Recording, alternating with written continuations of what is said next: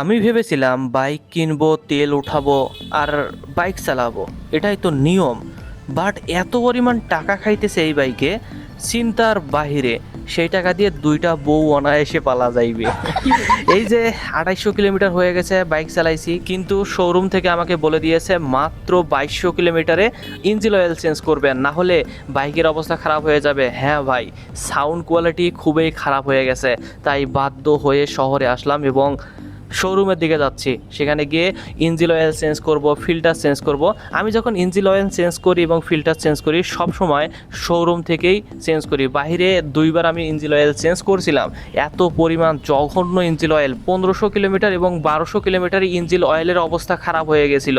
তাই সব সময় আমি শোরুম থেকেই ইঞ্জিন অয়েল এবং ফিল্টার শোরুম থেকে চেঞ্জ করি। চলে আসলাম গাইবান্ধার শোরুমে, সোনালী মোটরস। এখান থেকেই আমার বাইক কেনা এবং এখান থেকেই আমি সবসময় সার্ভিসিং নেই এবং সব কিছু ঠিকঠাক করি। তো এখান থেকে আমি ইঞ্জিন অয়েলটা এখন চেঞ্জ করব। কিছুক্ষণ বাইক রেস্টে রাখার পর ভেতরে নিয়ে আসলাম। আসার পরে পুরাতন যে ইঞ্জিন অয়েল সেগুলো বের করতেছি, তারপরও ইঞ্জিন অনেক হট হয়ে আছে। 30-40 কিলোমিটার বাইক চালাইছি, তো এর কারণে তো হট হবেই, তাই না? সুজুকি জিক্সারের একটু হট হয়, একটু হিটের প্রবলেম আছে। বিশ্বাস করেন ভাই, এই শোরুমের পেছনে আমার বাসা ছিল। আমি এইখানে কলেজে পড়তাম, যখন প্রতিদিন প্রাইভেটে যাইতাম, কলেজে যাইতাম, বারবার দেখতাম, মানে বাইকের দিকে দেখতাম, কবে জানি আমার স্বপ্নটা পূরণ হবে। লিটারেলি ভাই, এটা বড় একটা অ্যাচিভমেন্ট আমার কাছে। আলহামদুলিল্লাহ, আশা করি সবারই স্বপ্ন পূরণ হোক, প্রত্যেকটি ছেলেরই স্বপ্ন পূরণ হোক, কারণ বাইক ছেলেদের ইমোশন।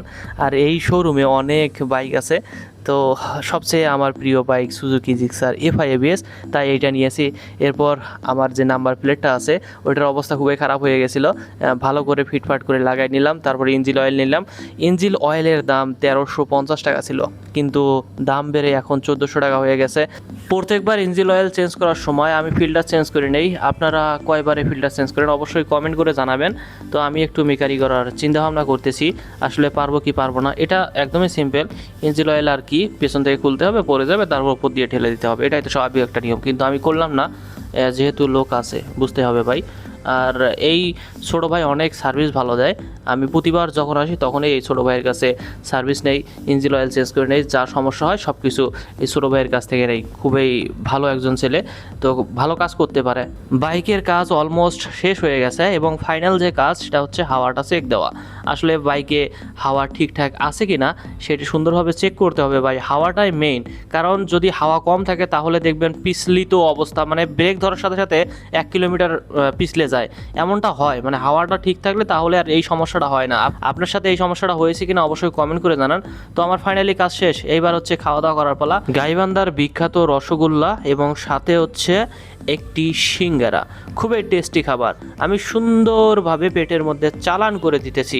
হ্যাঁ, আপনি যদি কোনোদিন এই গাইবান্ধা শহরে আসেন তাহলে অবশ্যই ট্রাই করে দেখবেন, খুবই মজাদার সুস্বাদু একটি খাবার। আজকের এই ভিডিওটা যদি আপনাদের ভালো লেগে যায় তো আপনাদের কাছে রিকোয়েস্ট থাকবে অবশ্যই সাবস্ক্রাইব করে লাইক করে পাশে থাকবেন।